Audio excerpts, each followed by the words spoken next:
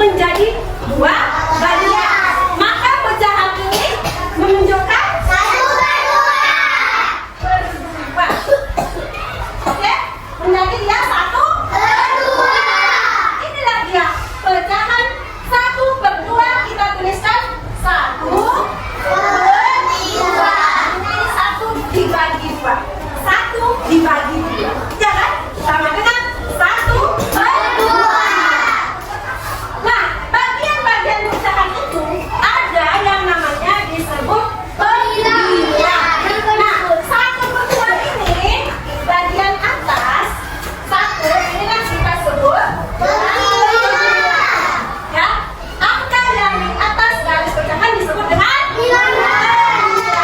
Lalu angka yang di bawah garis pecahan ini kan ada garisnya kan? Angka yang berada di bawah garis pecahan adalah angka yang kita sebut sebagai betul. Ya, ini berarti ini tadi dibagi 2 kan? Menjadi setengah, ya kan? Menjadi setengah ya. Setengah ini kita sebut dengan pecahan 1/2 atau kita sebut dengan setengah ya. Kan jadi setengah ini kan? Ya kan setengah lainnya kan? Nah, ibu mau tanya lagi. Ini kan kalau ibu mau bagi antara ibu sama saudara, cuma untuk 2 orang ya kan? 1/2. Bisa roti ini ibu bagi lagi? Bisa. Dengan bagian besar, bagian yang sama. Jadi berapa? 4. Yang setengah ini tadi ibu bagi lagi, ya kan? Contohnya seperti ini. Nah, seperti ini. Ya kan? Ibu bagi lagi. Ibu bagi 2 lagi.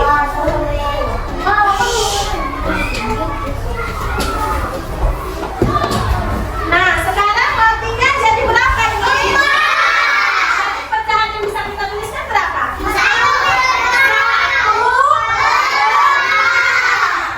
Ya kan? Berapa pecahan yang kita tuliskan? 1/4. Iya, 1/4. Misalnya kalian punya 1 buah roti seperti ini kan?